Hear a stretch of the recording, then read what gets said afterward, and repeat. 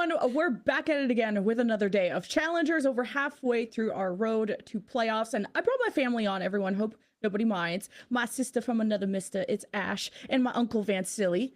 Vance, you got unk status now. What's up? Dude, I'm the cool unk. Now? If anything, I'm the cool unk and I'm down with it. So I'm super down, super down. Label me. Yeah, Ash, we're fighting our mental demons right now. But you're great. I hope you're great. I hope you're feeling great. What are we talking about here? Ooh, I know. Yeah, I know what we're talking about. Okay, yeah. We can't be hitting the inside jokes. We had to do it on broadcast, guys. I did. We are unleashed. Well, I'm sure some of our teams are going to be unleashed, or maybe also released into relegation very soon. Let's look into the bracket, because 2 teams today will be advancing to playoffs, and 2 teams will be departing to relegation. And here's where everyone sits. Ash, you know, if you had to put your artificial money down, who are you most confident will advance to playoffs? Okay, maybe a little bit of a cheap shot here. A little bit of an easy one for me. I've got my eyes on YFP actually for the upcoming round tomorrow up against TSM. I think that this team, they didn't look necessarily fully informed at the beginning of this season, but I think that they have finally found that synergy. It's a team that I've had a lot of faith in when you look at their players, especially ones that are looking to return back to potentially that tier 1 level like Penny and Stellar and Jake. And I just think that they're looking really good right now. And I don't know. I feel like they have that opportunity to actually take it up against TSM tomorrow. And it's getting serious because now we're eliminating teams and they're going to have to fight their way through relegation. So let's focus on today's match, because yesterday, MORI knocked out our first team into relegation, being Shopify Rebellion Gold, RIP. And they hope to send another one today, because today their opponent is Winthrop and Vans. It's going to be a good day. I hope we get to see more collegiate teams come into Challengers too.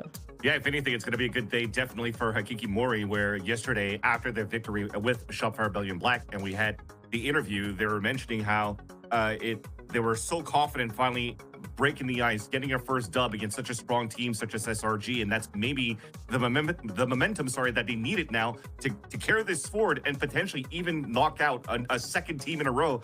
And maybe it's just going to be the best lower bracket run that we could actually talk about for one of these teams in MORI. Yeah, it's just weird to see Winthrop even in this position after how they left off in stage 3 playoffs. Like, this is a really solid roster on paper, but also this is maybe the format was slightly different last stage, but let's look at this roster, Ash, because Ali is going to be playing today. We just got breaking news, and that's their coach, but probably one of the best coaches that could be stepping in. Yeah, I think that's the thing, is normally you would think, okay, coach, well, okay, to be fair, we did see it with Odorous over in VCT and EA as well, like just slotting in as a sub for the team. And it's going to be a similar story here, I think, for Winthrop, because although Jerk, I think, has, you know, great initiator utility to help out his squad, Ali also brings an additional firepower to Winthrop University. Previously played for Northwood alongside, you know, some of the guys on SAD Esports and whatnot, for example. But he is a very flexible player. I think has really great micro-making decisions, previously like being the controller. But I am interested to see how he does like look to reprise now and initiator role, because that will probably be the biggest shift, is kind of looking into a role that he hasn't really focused on that much in his competitive past. If anything, for me, it's unfortunately like I'm not as surprised to see Winthrop University in this position. I may sound like a hater, but at the same time, they have 2 Vietnamese players, and I love Vietnamese players. You guys know me. But apparently at the same time, if you're looking at last season, though, they were like almost at 0-5 and not getting any victories at all when Screwface was actually in the roster and idling for the team. So to see that they have maybe a little bit of a resurgence with Flair joining into the roster, and maybe Ali could do something different right now, subbing in for today, they still have yet to find that consistency or really the results that proves that they could actually bring on paper. Because again, Infiltrator is such a great duelist, and you have such a great mind around Nasi and how he's able to call, but just overall, it just doesn't seem to click into victories yet for this team. Well, great transition, Vance, because we wanted to talk all about Infiltrator, that bright spot on this team, the duelist, especially about how well he performed last week against NBG. So Ash, looking at these numbers, I mean, he is involved in so much of the action. Yeah, he really is. And you do have to give credit over towards, of course, like the initiators on the side of Winthrop University on that regard, right? But it is insane the fact that you even see him in situations where he is able to even clutch up, like surviving a little bit later into that round, being that tip of the spear here as well. And the first blood percentage is on the lower end when you compare it to some of the other kind of top duelists right now. But I think that it's less about his ability to actually find that first pick on those first engagements, but the fact that his team is so quick to also, follow up at times. But we do really need to see also a hot start coming out from him, I think, for today's series. This is where I find it tough as well for a role like Infiltrator. Yes, he's still able to wield between the Jet and the Raze, but not seeing too much of Yoru so far in terms of his agent pool.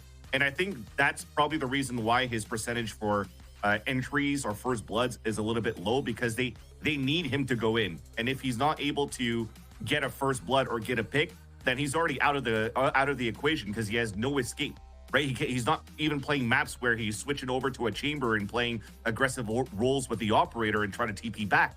He's just literally just charging in and hoping for the best and hoping that the util from his teammates actually hit. So you're asking a lot from the team around Infiltrator first.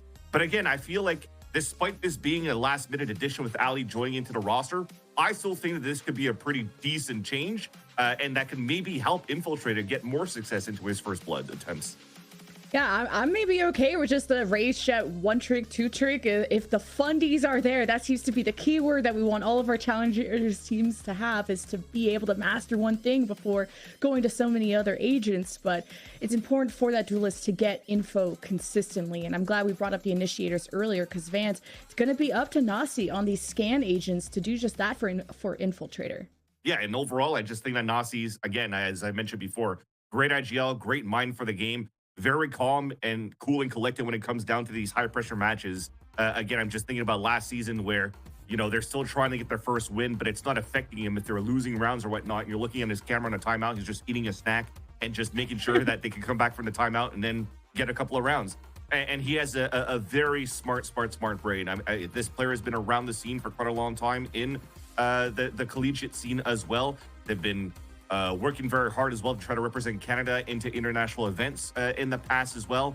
So I don't take anything away from this player. I think overall, again, for Winthrop University, they have everything that they need. Is just trying to convert that into a dub, or making sure that every single thing clicks for today. Because sometimes you can have the best reads and the best positioning like I know they could do, but you just got to win your fights. And sometimes it's one of those moments where they just are not able to shoot at all. Yeah, I think that you have those moments where you're not seeing the spacing there for the side of Winthrop University, sometimes going for some of those solo engagements, not necessarily going for a lot of that trade positioning. But at the end of the day, this is something where now locked in at the bottom here, you're going to have to really lock in on those fundamentals. It's an elimination match at the end of the day. Whoever loses today is out and down into that relegation promotion tournament. And just a reminder of kind of an important accolade that Winthrop have brought it. They're the first collegiate team to be in Challengers. So they're kind of paving the way for other teams in collegiate Valorant who maybe are above or below them to also take a shot at a league like this, because it builds so much of those fundamentals, but also it's great experience. And well, up against our collegiate overlords, though, are our premier princes in MORI, which we saw yesterday against SRG. And Ash, they showed a lot of potential. How does the future of this roster look to you? I'm actually feeling like there's a bit of a bright light. I feel like, Roy was cooking a little bit last week when he actually voted for MORI. Sure, they weren't able to take the win in that prediction that he had. I think that was up against Ambrosia at the time. But we saw them up against a team in Shopify Rebellion Gold yesterday where they were able to take a convincing series up against them. SRG that had, I think, a lot of expectations on their shoulders. And I thought it was a really sweet interview that we had yesterday with Bowie as well, where he, very humbly talks about MORI's journey going from Premier into Challengers now and qualifying the fact that these are all rookie players where they're not able to pull experience and that kind of mentorship that you would normally find on a roster, where there'd at least be one player or even a coach who pull a little bit more from that background to help with a bit more guidance. So they're all just kind of new to this competitive experience and learning and growing together. And it really feels like we've seen them come into their own over the last few weeks. You know, it's been a slower start for them, but they honestly look really lights out yesterday. And we're talking about the fact that Vans, that it seemed like they're kind of a little like mini rankers.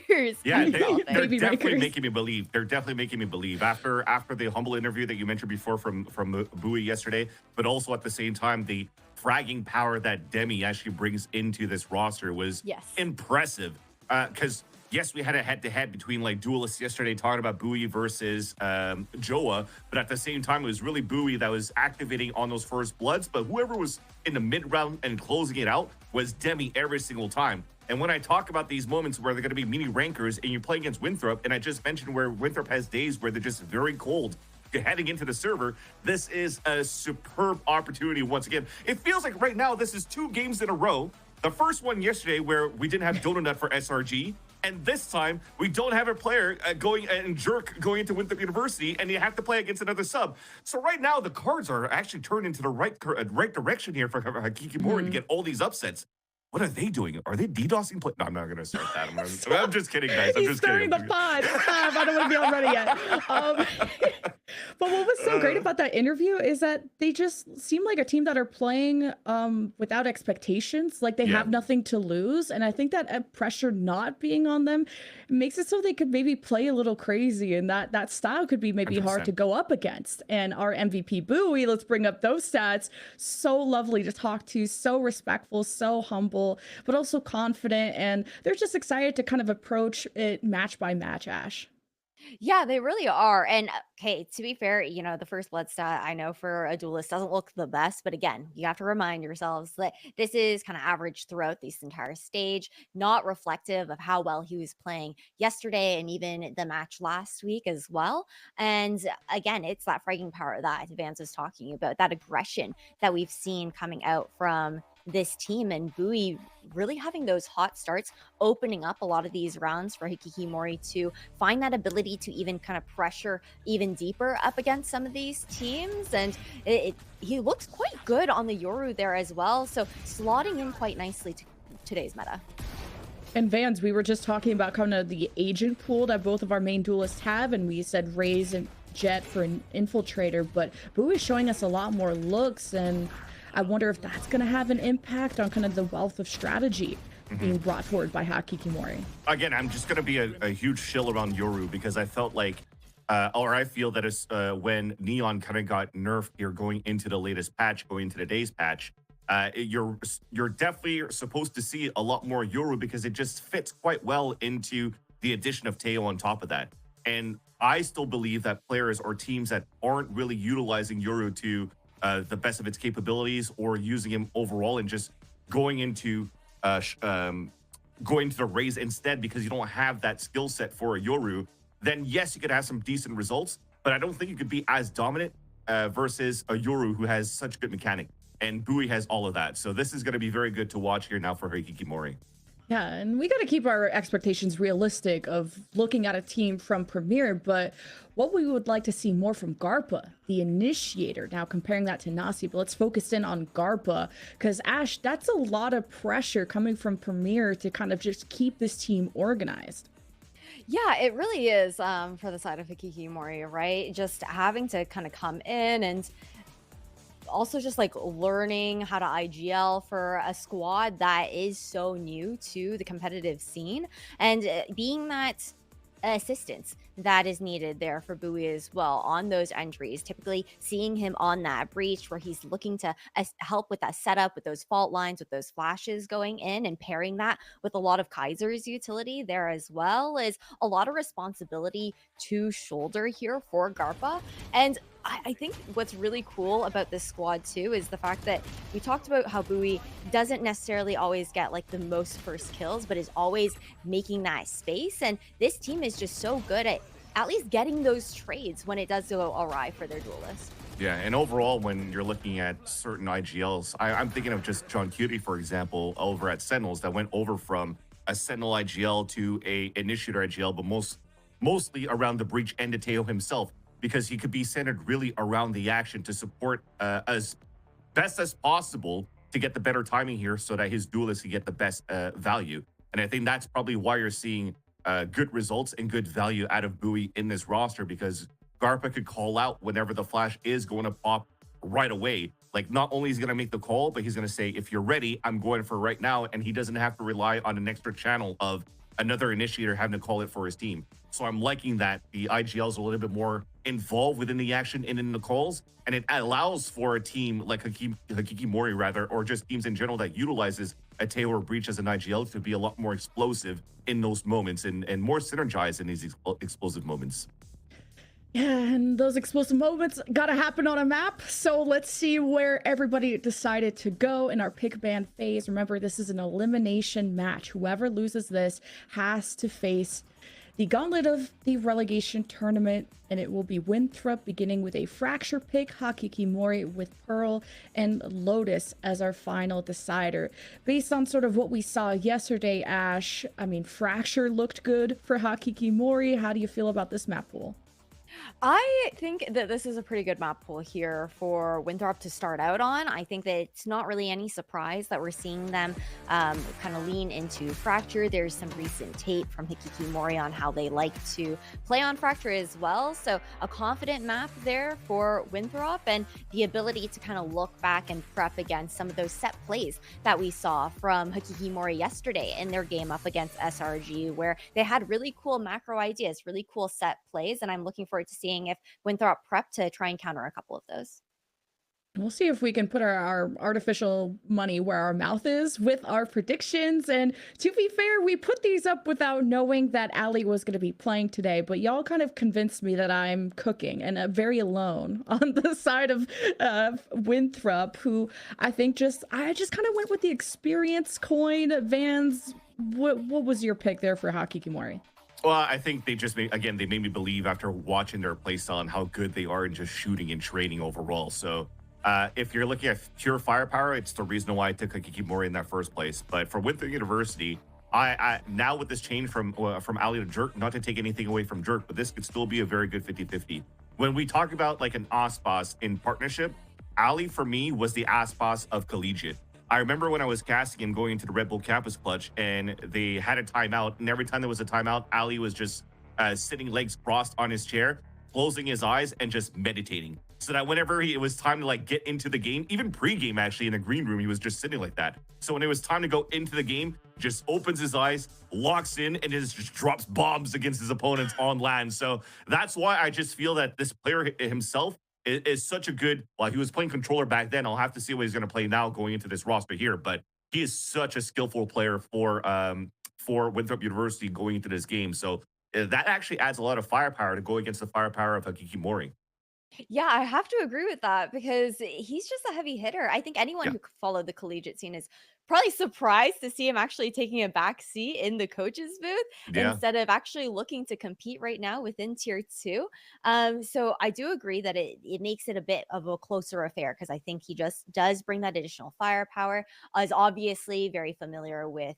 It's not like you're bringing in a sub where you have to like teach them all of your defaults and your approach to the game. Like he's been there, he's been working on that with the team, which makes a really big difference as opposed to when you're looking to bring a super sub in who's like not integrated into the system at all and completely brand new with it. But yeah, I think that Hakiki Mori looked insane yesterday. I think even after the interview as well, that kind of even drove my appreciation for them even more because I thought it was really Agreed. sweet to get a chance to actually get to know Bowie there and get a little bit of a preview behind Hakiki Mori. Yeah, and let's get a preview of those agents because we'll, Hakiki Mori get away with another win against a team playing with a sub, or like there's like some weird curse going on around Hakiki Mori. But is there going to be a difference in duelists or not? Infiltrator sticking to the Rays, but we got a Yoru from Bowie and Vans. We were kind of expecting that difference. Yeah, 100%. And my eyes are once again on Demi because he was lights out on that map yesterday against SRG. When we're praising how Bowie was so good, it was mainly on his numbers on split, and he was getting stopped a lot by SRG here on this map, but Demi was the one who was finding superb timings. But I also want to pay attention on the other side here for Ali, not playing as smokes, because Flair has taken that role when he first joined here into the roster for Winthrop University. But going into the Teo, very simple to utilize as well, still has an iPad to work with as well, so this could work. Well, this is Winthrop's choice of map on Fracture. We'll see if they can school Hakiki Mori on it, and to bring you through all the action, it's Marks and Tenric. Hakiki Mori lives. That was debatably the biggest takeaway from the final game of last night. And now here we sit 24 hours later, and this team once again has to silence the doubters and survive another day. On the other side, Winthrop University, they've had almost a full week to prepare and are now walking into this game with 4 of their players. Sabotage, destiny, whatever way you want to put it, a road will lead to a team being eliminated today. Marks, I don't know who it's going to be. Really, no one does at this stage, but these teams, they thrive off of instability and a fast-moving meta, which is absolutely what we're walking into today here on Fracture. I mean, when you're walking in with Tejo, I feel like the fast-moving meta is really what is defining modern Valorant as we see it right now. And I really want to highlight here, like, what the desk was talking about with Hakiki Mori really starting to click a lot more after getting some of those matches out of the way, whereas Winthrop University still kind of struggling to figure out their system, and now as well having that sub come in. No matter how good Ali is, I mean, you know, it's still all on the table. One of these teams has to get this win, and the other one, unfortunately, is going to be down in relegation. But right off the bat, Winthrop University starting us out on the attack, but it's actually Hakiki Mori doing a lot of scouting outside of B in order to find a lot of information. As Winthrop, they're just going to take that A site nice and free, and looks like we're going to have that 5v5 retake. Winthrop are expectedly quite optimistic about being able to maintain their offensive angles because so much of it is about Infiltrator and enabling him, and also moves with this wraparound. How about some of that on the CT side? Everyone from Winthrop is getting in on the action for this starting attack, and the post plant is almost a whisper. Hakiki Mori failed his stride to get him on even on the site, debatably, and Winthrop will take the first round. Yeah, I mean, like, you look at the minimap for a second there, and you're looking at where all those X's are, and it's actually the perfect place to get nice and set up. And Winthrop University understand that that's the case. Hey, let's just take the fight to them. Don't even bother to set themselves up, and instead just run right at Hakiki Mori and shut down everything even before it can get started. So an excellent pistol round coming in from Winthrop. And yeah, take a look at this replay. They're just, like, Winthrop is just simply storming in, and Hakiki Mori just weren't any wiser to it. So a lot of, actually, we're seeing a rifle being bought up from Flair. As once again, it's going to be this A site. Winthrop University going back onto this site. No reason to stop recycling this until Mori has a stable answer. And after such an easy wraparound occurred last time, and with such a gun disadvantage this second, already Winthrop knows how slowly Hakiki Mori is going to shift to, at least for the next few rounds. With that, they will once again confidently take this A site, reset those smokes, rinse and repeat.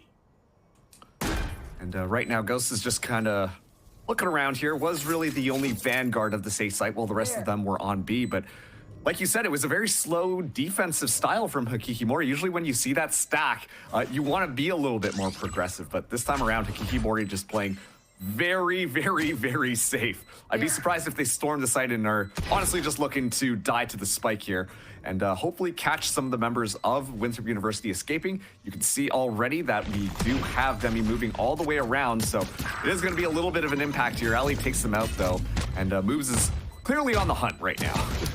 I actually would have preferred Demi waiting a little bit behind that sheer before moving in, because then Winthrop might have been a little more encouraged to head back to that hall a little earlier than Hakiki Mori may have been willing to kind of collapse on. A simple timing issue that may have gotten you an extra gun, but still, chipping 2 off is really solid there for Hakiki Mori as Winthrop University waltz into round 3. Still pretty unfettered. I expect another at least glimpse at A site to start this out, but who knows? This is like the rule of Valorant. Okay, we did this twice. Let's go to the other site now. But of course, you're on the defensive side. You're like, oh man, they just hit our site twice. Maybe we should reinforce this one a little bit more. And especially too, given that this is going to be the rifle round coming into this one, Hakiki Mori not exactly in the best economical situation. We're seeing just a couple of light shields being bought up. But already, it's a completely different look. Winthrop University now moving over onto this B site. A lot of that Vise utility here, though, and that could do a good job of at least closing down the door or isolating a couple of these fights here, and it's an excellent first kill from Demi. Ali just a little bit behind, but this arcade util dump is what so much of the push is going to be set on this time. Ghost, though, getting to stay put pretty much the entire fight, and the coverage from Hakikimori is as consistent as it was last night in this bonus round. Looking to hold on to 4 guns here as Nazi will attempt one more entry through a defensive smoke, but no one is paying attention to him just yet. Still expecting perhaps a piece of the arcade crunch, but as the smoke fades away, that should be re-upped. And so Nazi will try to walk into potentially an off angle. Got 55 seconds to play with. We'll see what he can do. Probably just going to save the rifle at this point, potentially force out a couple more weapons out of their opponent's hands. But yeah, this round is pretty much done and dusted. Kaiser will potentially be the first one to see them. Never mind, not going to be the case. Oh, yeah, okay, there. Nazi is able to find that kill onto Kaiser, alerts the rest of the team to the presence, and at this point, then Nazi is going to have to back out and try and move positioning a little bit. But this round was an excellent demonstration of what we expected to see from Hakikimori. This is the reason why they have their defense set up the way that it is. It's very just, you walk into us, we're going to be trading off of one another and completely shut things down, because they don't group up necessarily. They just play off the utility and hold all of these different off angles, which the attackers just walk right into. Yeah, that support system has become mega quick-winded over the past couple weeks. In no short thanks to just the shift that Hakikimori has taken on a larger level over the past couple weeks, including their roster shift. But like you said, it all comes down really to just being able to slide in after one of your players is slotted out and covering for each kill. They've been doing that spectacularly since last night. We'll see if they continue that here as Winthrop go for another B crunch. A little more presence in the arcade. They've actually flipped the stacks this time. I appreciate them keeping Ollie and moves together. I think that is the right call with this stealth drone able to pass through the shear. Then we're going to have to use a lot of util to take care of that immediately. At Molly will play for slow. So WU, they will take that arcade presence a little more heartily because of it. You can see already there was a chance for Hakikimori to push out of A, but fortunately the Vise utility will stamp that one out. Now the infiltration is going to be happening here. Winthrop University actually taking a lot of space. They plant alley really far in deep while the rest of the team actually does retreat. They flushed out a lot of this utility and are now making a double back onto this A site. But with how Fracture is set up, Hakikimori should be able to move in here as long as they're able to clear out moves. He's played like a ninja yet again and continues to condition the rotation far too early. Hakikimori, they sense the blood in the water and the aftershock will flush him out, but Bowie on high is still able to find Flare on the way back. And so this drop presence has to be accentuated. Winthrop, they can't just hold on to sight. There is not nearly enough power on it. Nazi able to hold on to the hero rifle though and is good for 2. Should open up the rest of the site for Winthrop itself. Some beautiful coverage to be able to save face and keep so much of your team alive. Man, what an interesting round there. I mean, when you look at that B site, you see Alley just so far in deep. There's just only a couple of sky smokes still remaining. The rest of Hakikimori ready to pounce on them like a mouse, and yet the complete rotation comes around perfectly. And sure, Bowie opens up with an excellent kill. And Nazi, meanwhile, as well as planting the spike, was pinged up with so much utility, got shocked, had the Tejo salvos flying across as well, and still able to just stand their ground, make sure to keep that rifle in hand and go one by one. This is the one gap that Hakikimori have to be a little bit careful about, because how they want to play, they tend to split up a little bit more and leave those openings, allowing for those opportunities for that 1v1. And it just takes one of those plays to become painfully aware, as Moves took a lot of damage right off the rip. Yeah, and Mori, they sense that they can try to collapse on this. Ali tries to get in front of it, but Ghost, good sense to go looking. And now Moves is truly sandwiched, which has left B-site remarkably open. But for a post plant that Winthrop have all the perfect util for, they'll have to plan in the pocket for it, though. We'll see if Moves can catch one, but I mean, you're so boxed out. Yeah, Bowie doesn't even need to look. Spike planted. Well placed. And Infiltrator now has the opportunity to move up so far in advance. And the cavalry is here. Sun's come out. Infiltrator still finds 2. That's a rough TP from Bowie. Just got right in front of the shots. Unfortunate lineup given to him. Nice flick from Infiltrator just to prove he still has the skill anyway. And all of a sudden, Hakikimori's retake doesn't look nearly as strong. Guardian still held onto by Demi, though. Ghost still with that rifle in hand. Not ready yet. Make a lot of damage done as long as you get on quick. This spike taken away. Rolling Thunder ready from Nazi is gonna let it fly. Just hold on to this round, and with Ghost stunned away, it's only Demi that's good for 1 with that 1 shot on the Guardian, but the Aftershock ready to go on the spike. There is no time left. Nazi gets 1 more for the road, and Winthrop is up to 4. Yeah, just an honestly excellent play at the end there. You know, you're down to that 2v2. You know these guys can frag. You got to keep them in control. And so, yeah, let that Rolling Thunder rip. You want to guarantee that you continue to stack these rounds, punish the economy even more, because now we see Hakikimori are in a situation where they're not going to be able to buy 2 more consecutive rounds. It was very unfortunate that Bowie was able to find that kill onto Moobs, because Moobs does such a good job of applying that pressure onto the backline, where you can tell that Hakikimori have to be always guessing their backs when they want to play that retake. And so that's why we saw the investment from Hakikimori, really just trying to take that completely out of the equation. But it's thanks to some heroics from Winthrop that they win yet again. And this time around, utility ready to go, the stealth drone moving in, and the infiltrator is flying through, but already down. Good immediate stopper, so now Winthrop will have to already change course, but this is something you got to respect about their attacking side, is that they're just trying so much so early that they have all the time in the world to experiment with new things. Of course, experimenting is not what I'd call a 3v5 with a minute to go, but go off, I guess. Only one channel to attack from. Hakikimori know exactly where Winthrop is, at least for the moment. They don't want to use any util extra to check again, so they'll still let some people over to B site and make sure that all the bases are covered. That'll give Winthrop at least an opening onto the hallway, potentially an orb with the plant. But there's no way they win this fight, surely, right? Never say never. Now, it should be pretty clear to Hakikimori that they will be planting over here. They're going to be going through, and actually Bowie already ripping the dimensional drift, trying to scout everybody out here as the reinforcements are going to be coming through. The defender's ready to go. Trying to see where everyone scatters off to. Boo's just going to get on site, and it's isolated flare through the smoke. Ollie will get back soon enough to trade it early on, but the rest of Hakikimori already here to go. Nazi for 2, Nazi for 3 to hold on to this and make it a 1v1. But Demi well positioned to save the day for Hakikimori. Only one standing, surely 4 too few in my eyes, but they get the job done. They get it to 2.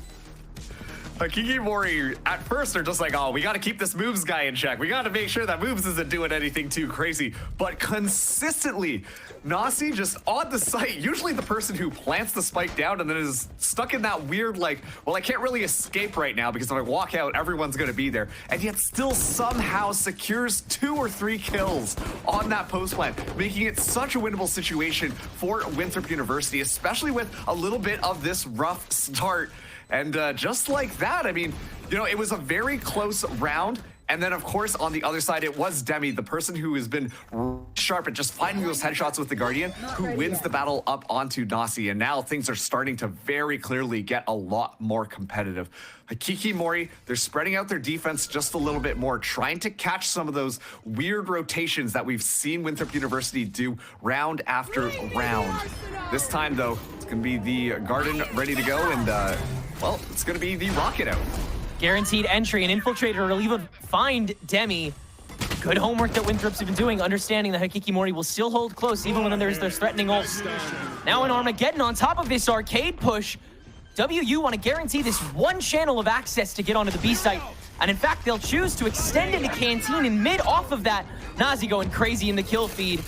In addition, now a late steal Garden from Hakikimori in reaction, but Infiltrator doesn't care, he's got the Sheriff. He can still grab one before falling, and Winthrop is still infected this entire map. Now a defensive Armageddon to try to flush them out, but there's nobody from Hakikimori to actually connect to it, except the Teo himself. Kaiser able to at least chip away one, but Ollie and Flare still left standing. Hell, there's an orbital strike you can throw it in the mix here. This is such a mess of a round from both teams. In the chaos, I mean, it's such a good call from Winthrop University. They're like, everything's popping off over there. What if we just went over to the other site and got that spike down nice and easy? And that's exactly what they do. And so now Kaiser in such a difficult position. Salvo's back online at least to clear out one of these angles, but Winthrop are nice and stacked up. Do you place these salvos pre or post tap? Wow, a huge dry check from Kaiser. This is major. There's the salvos. Oh, this is so early. Easy catch for one for Kaiser. Now you put the salvos on the outside where you know they're coming from. Kaiser's playing Teo. He can track that stuff. Great salvo to get in front of it. Can Kaiser serve these shots? There's no time, surely. No way. He almost dodges the headshots, Ollie. Ooh, buddy, you might have to give it your coaching license if you missed that last one. 5-2 here for Winthrop out of the skin of their teeth. If anything, Tedrick, I feel like you get your coaching license if you missed that one. That's the reason why you're like, this is why I sit behind the desk now. Get me back out of this 5, bro. And I'm good now. But down to the wire once again. Such a smart play coming in from Winthrop University here to go for that rotation amidst all of this chaos, amidst all these 1v1s. They're going on to the site, and then Kaiser, just with all the confidence in the world, like you said, went for so many of those dry swings just to clear things out, staying completely hidden the entire time, allowing for the 1v1, and then really almost winning out that round. But alas, Winthrop University, 5-2. It's going to be a save for Hakiki Mori here. Gonna have 3 shares, but look at this. Uh-oh, Ali spotted a lot of them, has one more bullet. Will double dip, and now will purely back out of this one. Great distraction. That'll get the rest of Winthrop even easier access to ace. Oh, yeah, just go for it. Again, on top of the flash, still gets a majority of the damage done, but at least Bowie can choke this out. Still, Winthrop have complete control over the A site, and this one lone coach was surely just the signal flare, as we'll get the spike down very cleanly and plainly. Vice util up the wazoo. We should be good. We should be. But this is Valorant. Never say never, you know? Don't. How do you... Okay. I just look for my opportunities, and then I take stop, man. You're right. That was so last season. But this is like a very characteristic playstyle of Winthrop University that we've seen them on this attack thus far. They go out, and then you see a little bit of noise over here, and then we see this massive rotation to the other site, usually heralded by moves completely exploring the map, taking control of so much. While Hakiki Mori, they like to just kind of move in together as a squad onto one of these individual sites, which is leaving a lot of openings that Winthrop University have just been taking complete advantage of.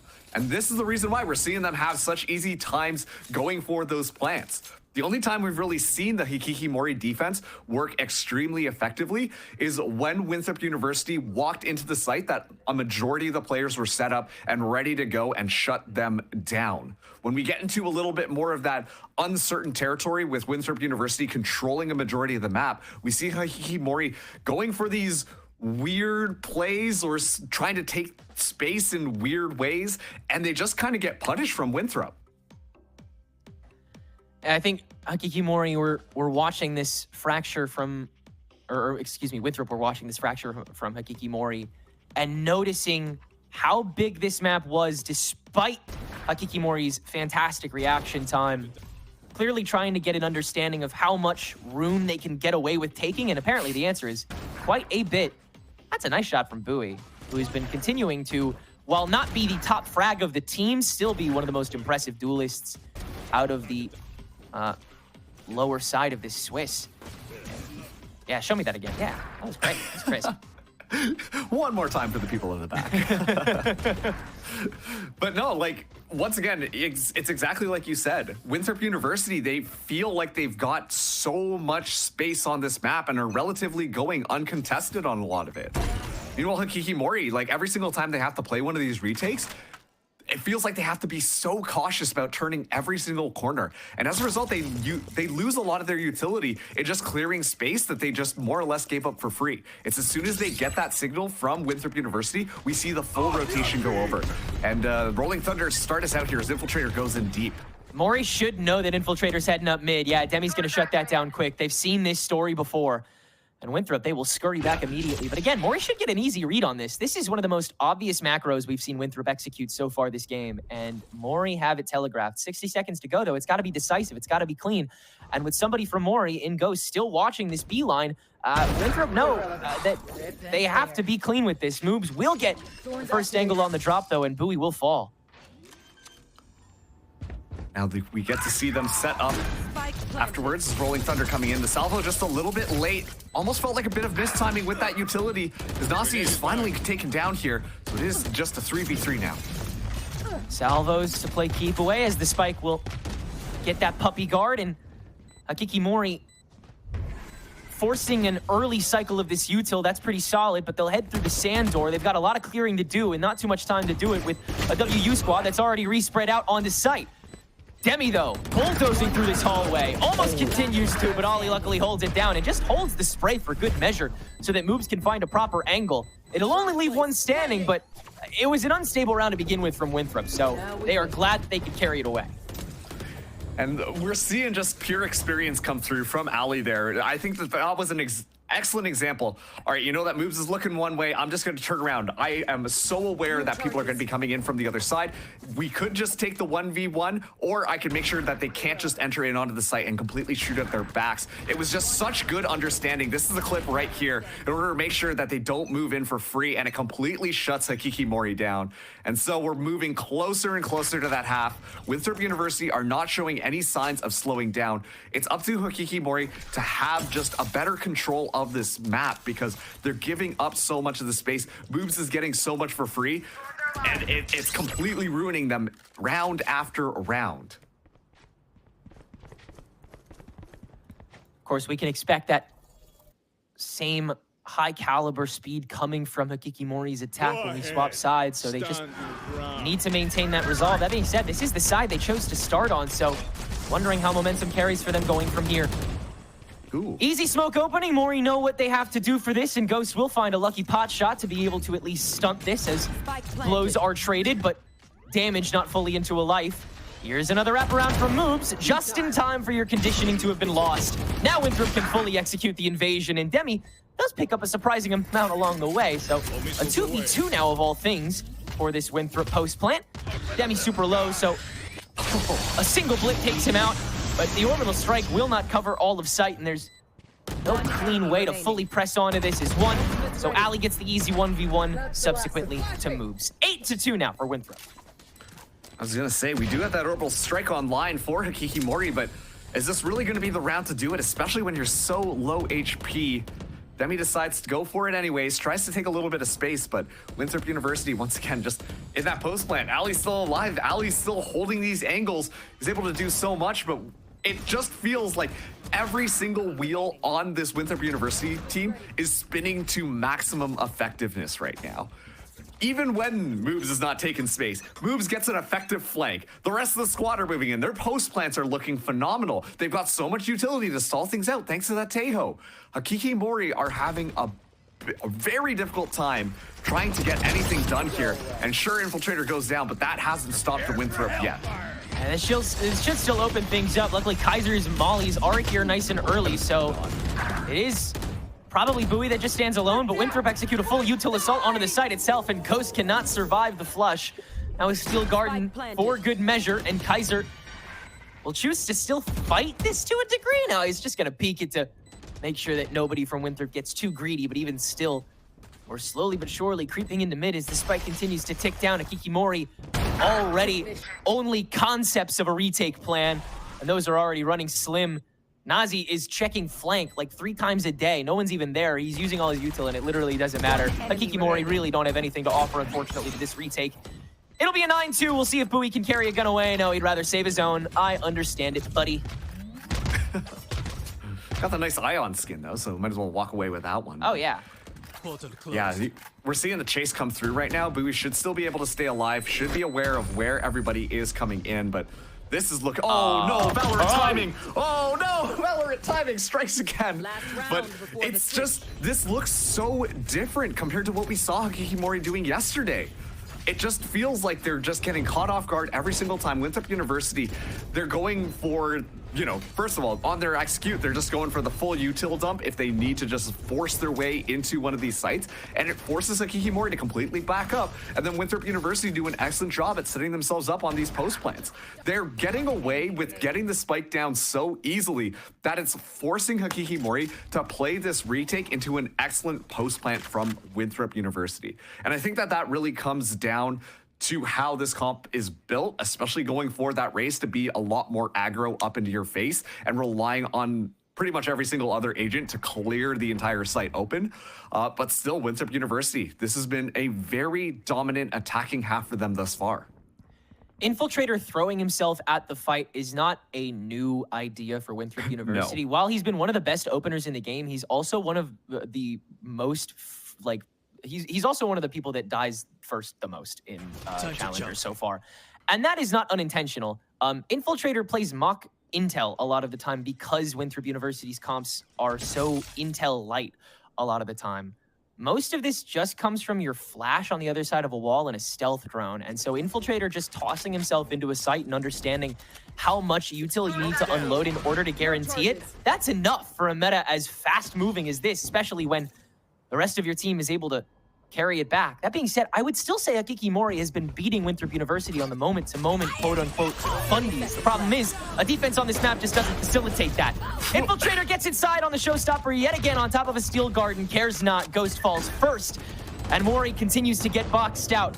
As the ultimate expires, so do Mori's chances of being able to take this preventatively. So now Bowie has to ultimate to try to go for the retake, but Winthrop continues shuffling through kill after kill, and fights are simply not being won. I talk about fundies one time and no one hits their shots.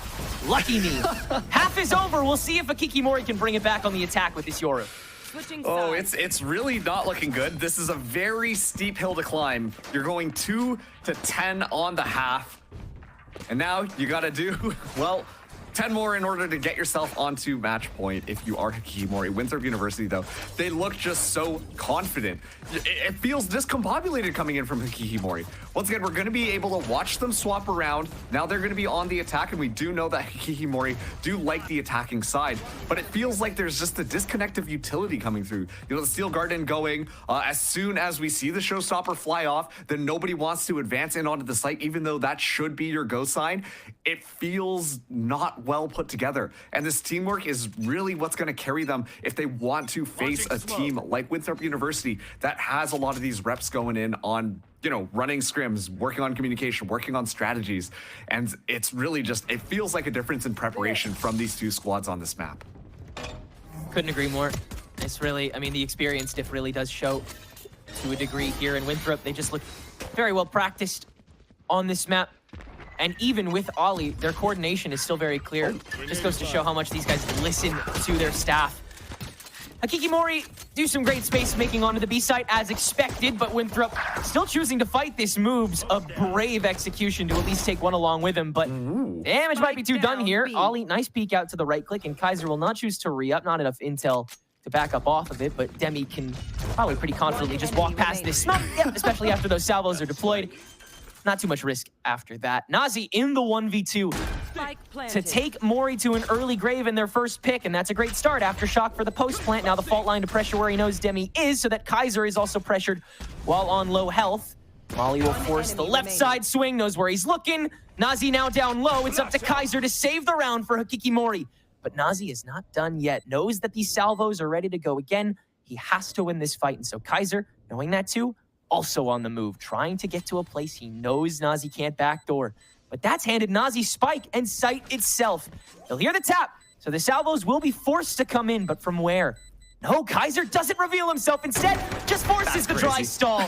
A great mental game to guarantee the round for Mori with one standing. Oh, it was honestly just a game of cat and mouse between those two players at the very end there. Like you were talking about, we expect to see the salvos. As soon as you hear that spike get tapped, it's like, all right, we're going to see those guided missiles coming through. Nothing happens. Nazi is on the site, like, hold up a minute, where are those salvos at? Okay, I guess I can just stick it, which opens up the perfect opportunity then for, you know, just to walk in and get that defuse onto the site. So all things considered, a very strong start for Mori. They have to keep this up, though, if they want to continue moving things forwards, and their buy is going to reflect that. We're seeing a rifle in the hands of Demi, who has been shooting heads pretty effectively here. But let's see how they want to go. We know that Mori, they like to play a little bit more slower before letting all chaos run loose onto these sites.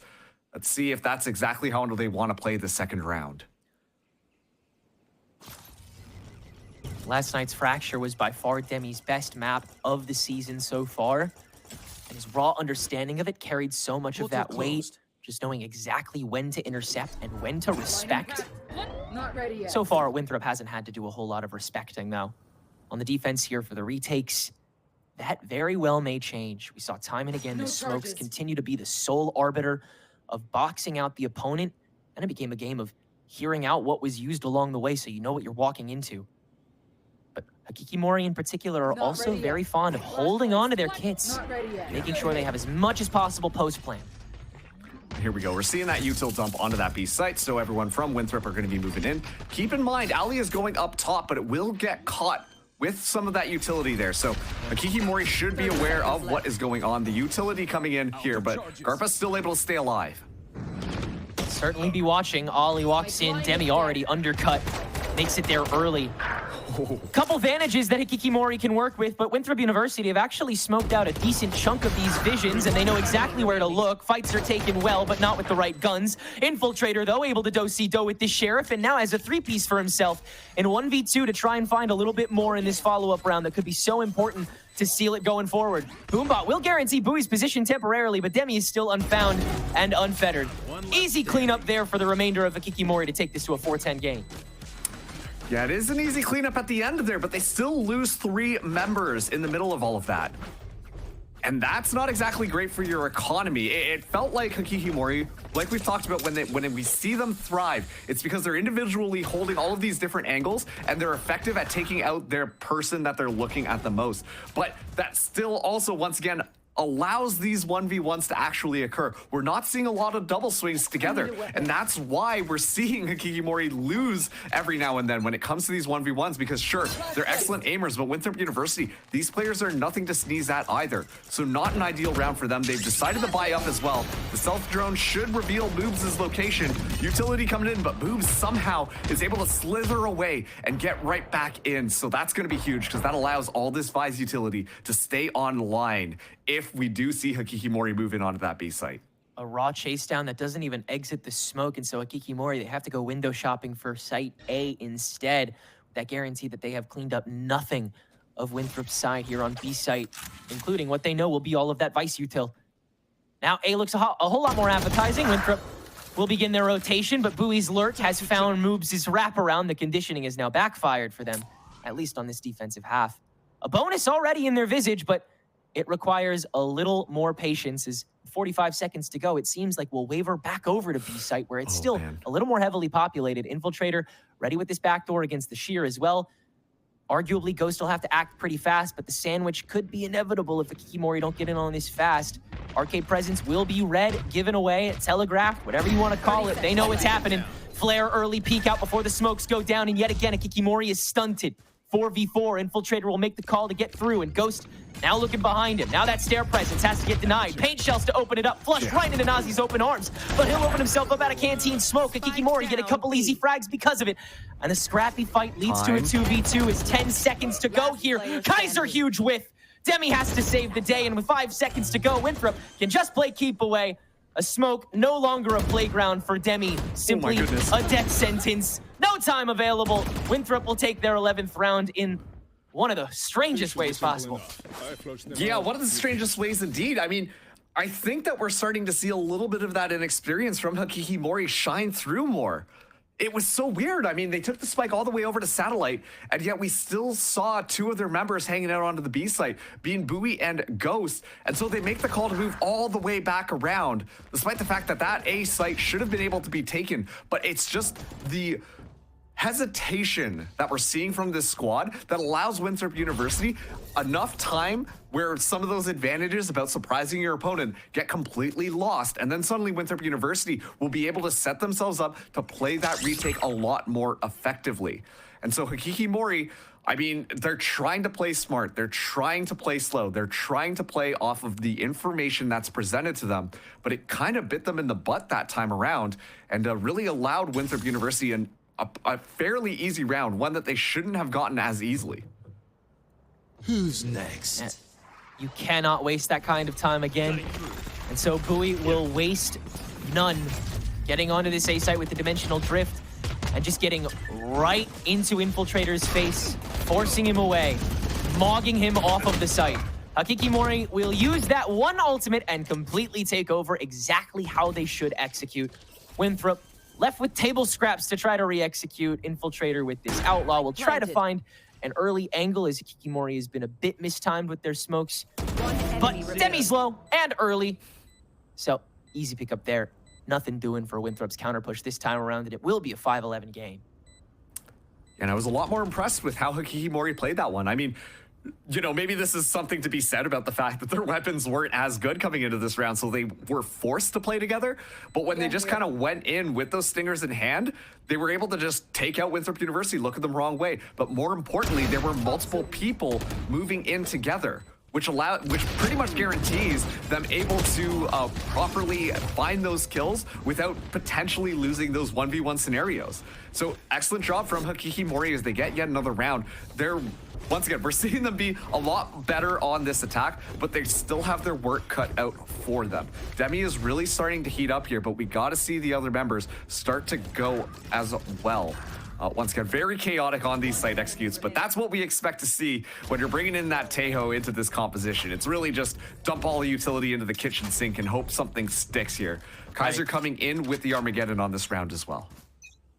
A good opener that could let Demi get that orbital strike as well, and so MORI can go for that ult shuffle that they've had to in order to restabilize a couple times so far this game, which funnily enough speaks against the frugality that we lauded them for on their previous attacks. Certainly a lot more self-preservatory on the defense. That perhaps may be why they faltered a little bit more on it. But now, with that gun advantage, with that Armageddon to open us up, it will be Winthrop University that are forced to press the issue and do some extra double checking. The stealth drone will at least catch Bui's face, but that speaks to nowhere other than where one member of Hikikomori is, soon to be more. And it's such an excellent trap that is being set up here, but it could be completely undermined. Finally, the reinforcements are here. People are going to be spotted out, and with the aftershock going, they're still holding for a second, but now all the utility flies through. Infiltrator already down, and Hikikomori are looking for more. Caught on the peak. Kaiser, unfortunate back and forth here with the util open up, but Hikikomori are going to take it and run with it. Armageddon on top. It's actually defensive to try to stave it off, but might be too little too late here as, Moves is now the only one standing, and Hikikomori, they still have a little bit to hold on to. Hell, Garpa hasn't even used a flash yet. Spike planted. A good attempt to sort of meet it early. It was Winthrop that again, were using more of the util. It's just Infiltrator got caught on that first peak, and no one could confidently re-peak that after that, even though Kaiser was literally standing in the open. Yeah, honestly, it did feel like a little bit of a gun diff coming through. I mean, on top of that, too, you could tell Winthrop University weren't really expecting all those members of Hikikomori to be there. And that's probably why we saw the Armageddon get invested on that round. Because, you know, oh, if there's a couple of there, okay, that's fine. But then as soon as more members are spotted out, you see the call be made. Ali lets it go. And unfortunately, it's a little bit too late because everyone is just run in, or everyone from Winthrop University has already been taken out by Hikikomori's attack. So this is going to be the round that I think we're going to see Winthrop University invest heavily here. We have two ultimates coming in, Vise as well as Raze. And those are excellent tools just to, well, first of all, take somebody out completely and then make it a lot easier for the retake, a lot easier to take those 1v1s that we know Hikikomori are going to give Winthrop University. And on top of that, too, if they lose this round, Winthrop University, their economy goes back into a save mode, and suddenly this comeback is starting to look a lot more real. Showstopper out from Infiltrator to try to press early on this defense. The first time that Winthrop has gone for that A-Hall rush down, funnily enough. But a perfect time to, as they've been able to trade 1 for 2. And now force MORI to completely recheck all of this. That will waste at least 1 flash, unless MORI play like rankers, which, to be fair, they have been quite a bit. First peek, yep, Ghost is just gonna walk into it. Sure, dude, I respect it. That'll waste a stun nade, and now comes the util trade that we all know and love. Meanwhile, the rest of Winthrop University, they're watching to make sure no one else gets a little scary. Bui's first flash tossed in from the other side will alert that sight line, but doesn't make you win the fight. Ghost and Bui each get theirs, and now Nazi has to try to refight it. But Garpa has it covered. Everyone on MORI works that man-to-man defense they were holding off for. And they are straight on the road to a 7-11 as long as Moves doesn't clutch up. He won't. Man, I mean, Winthrop University, they really just tried to force the issue there. It started out as a confidence play that we saw them doing earlier, but now it's just coming off as not that good. I mean, I guess that's every single confidence play when you think about it. Oh, look at this. This could have been a bad idea, but I made it a win, and suddenly this looks really cool. But we're seeing Hikikomori just be a little bit more disciplined with how they go here. It was an excellent start. The Showstopper finds its purchase. Ali is able to take Kaiser out as well. Things are looking good for the start of this round. But then Winthrop University, they really try and force that fight on A and end up losing it. Which Hikikomori, they were nice and slow, waiting for Winthrop to feel a little bit uncomfortable before they decide to engage. And so we're seeing Winthrop University back onto a save. 2 ultimates still online. Moves now down under Arcade to try and take a little bit more space here. Fault line is going to be coming out here. Buys wall is up, and well, it should be pretty clear to Winthrop at this point where Hikikomori want to move in. Sheer has been activated on north side T as well, so Hikikomori could rotate back if they want to, but they also know how far back that Sheer is. Okay, yeah, now that they've heard that, they will try to scurry back and outrun Winthrop, however hard the stack is on the north side. Turns out it is actually quite heavy, but they don't know that. They have to do all this re-clearing up hall and so on and so forth. So Winthrop will be able to meet them at the issue halfway. Hopefully. We'll see, though. Are smoked out, so they do have to take their sweet time, and of course the gun diff is the gun diff. Orbital strike on site itself, one more guarantee that MORI feels they need. Salvo to box out, that'll make Flare unable to fight at all. Infiltrator, of course, is gonna get his. Paint shells in a default spot to pressure out Demi, who still survives though. And now we're able to infect site from here, should be able to carry into the round. Ollie will take 1 down on the way out, still at full health, still 8 nade available, still pretty damn good at the game. That's 1 more gone, leaving just 2 alive to give MORI now a 3-round gap, but they're playing catch up. Yeah, got a bullet into Bowie as well, like, oh man. Getting a little scared. The coach is looking pretty good on the team right now. But yeah, Winthrop University, they're really struggling on the defense. Both of these teams looked so much stronger on attack.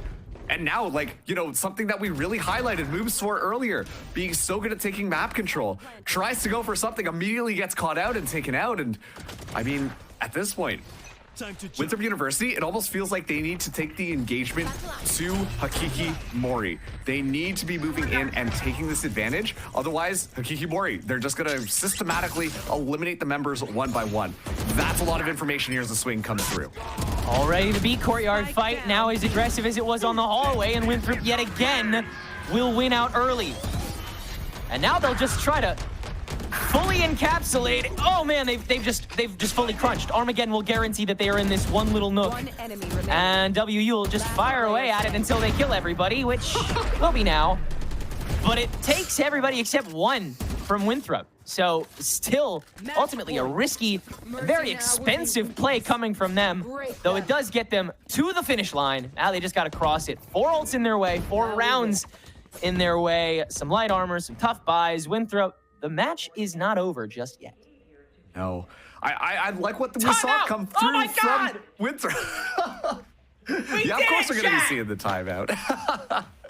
But, you know, it makes sense from Winthrop University. I liked what we saw from them. They decided to be a little bit more aggro, move out there, at least take a lot more of the space. So if you don't find anybody from Hikikomori there, then you have a better idea as to where this attack is going to be going, and you can be ready to receive it with your utility and being able to set people up for that one. So very just progressive attack there. And honestly, it's so funny because at the end, it really just came down to a death match almost. Everyone used all their utility. We're all just clearing corners, dipping around left or right and trying to find those kills. But Winthrop University now 1 round away from getting this map under their belts. And in the little corner here, we actually have Shopify up against Nightblood Gaming. And it looks like Nightblood have the lead thus far, 11-7. Pretty similar to this map, honestly. Kind of funny how that works. Yeah, Shopify also with a new 5th in the mix too, picking up Monsi arguably like today. So still trying to stabilize off of that fun story against a Nightblood Gaming that continues to look better and better and better across this split. 2 great teams. Definitely check that out if you have the RAM and the monitor and or this game is about to finish. We'll see if Hikikomori... well, yeah, the timeout has been called, so a mental reset, a playbook opening. What does Hikikomori have to offer into this follow-up round? Already Ollie a bit close to this, and Bowie's just going to get right on top of it. That's a way to get a frontal assault going. A smoke to box out the rest of the hall entry, though, so still a lot of clearing to be done on the side of MORI. That being said, a lot of preventative play already from Winthrop University. They are dumping a lot of this. That shows the respect they have for not only the timeout, for the team in general. Garba getting behind it, leading to a potential two-way street that Akiki can facilitate on top of the Rolling Thunder 2. That'll carry away 2 more. Very well placed in tandem by Akiki, and now they can just trade their cares away. Infiltrator left to a crisp of health. Aftershock will force him down. There's your first fight. There's your last fight of the round. 9-12. You know what, Hikimori, if you don't have a tagline, maybe weathering the storm feels appropriate, because we're seeing Winthrop University always just dump all this utility and stuff like that. And Hikimori, they literally just hit that crouch button and hold their ankles. They just wait it out, obviously moving out of the way from a lot of that damage there. But this was what confused Winthrop University on this round. They thought with all that utility, surely they would have forced that retreat or forced the advancement forwards, but instead, Hikimori were in the midst of it, all stunned up, all flashed up, and still just hung out to catch Winthrop off guard. And we actually saw this happen a couple of times on Hikimori's defensive half. The difference was Winthrop University moved in on that utility in order to take them out. So it looked completely different. Turns around when they're playing defense, though. So a very fast, a very easy plant, or not quite, because ultimates are going to be online. DARPA down. Yeah, able to shuffle through quite a bit even on this save round, so Akiki have to do the re-clearing. Luckily, Kaiser with the gun diff is still able to do a whole lot of it. 2v3 even still, though, and now, yeah, hey, another moves wraparound. Look at that. So it is Demi alone on the site. Orbital strike on the vents to at least give himself a little bit of space to stall out this steel garden that's just been placed on top of him. But, I mean, this is a good old-fashioned 1v3. Don't even got to touch him. That'll be the round and the game for Winthrop University. Fracture will be theirs by just a 4-round differential. Akiki making a nice cry on their own attacking side, but that is clearly the stronger one. Winthrop University stronger overall, and now up 1-0. Yeah, it's just so annoying. I think that ending there really highlights how a lot of Valorant has been being played at this point. A lot of utility just kind of being dumped through, and you're hoping to just reposition people. And of course, you know, Hikimori looked phenomenal on their attack. The Yoru was really working out for them. We're seeing Bowie get a lot more value than what we saw Infiltrator kind of do on that raise there. But unfortunately, it's not enough to get there. It is an interesting pick that they decided to start things out on the defense, but both of these teams were fantastic on their offense. It's just that Winthrop University, they started on the right side. They made that 10-2 half happen, and it was just easy from that point on. We asked if Akiki has an identity. We said, hey, maybe they're just better. Maybe they're the mini rankers. But what happens when you're not just better? Winthrop gets to stick to their own identity. We'll see if they continue that in map 2 after this short break.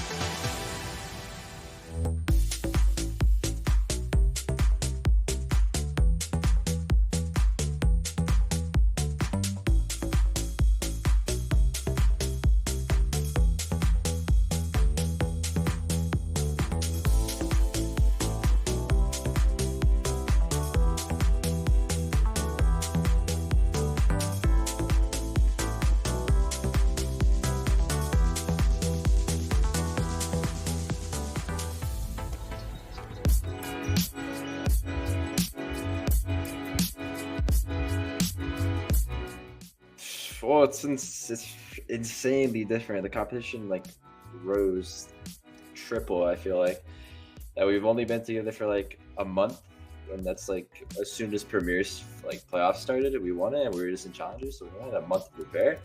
Like the level of difficulty is a lot different. Like it's so much harder to get kills, and like the whole entire objective of the game changes.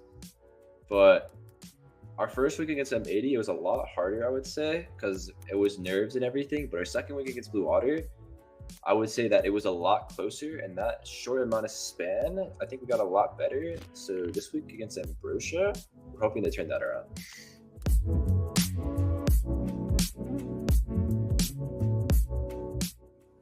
Key factors. So the key factors to the team success is just not making any mistakes, but also just working together as a team and keeping our communications really good, because I feel like that's one of our most lackluster like features as a team. But besides that, we just need to make less mistakes, and I think start winning these games.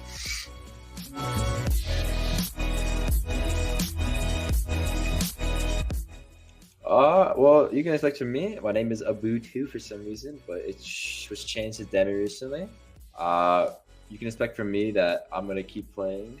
Last week I had a really good game against Blue Water. I'm planning to keep riding momentum. I've had a change in my role a little bit, and then for the team, just don't count us out yet. We're getting a lot better every week, and against Ambrosia, we're hoping to win out because we got that much better in that short amount of time.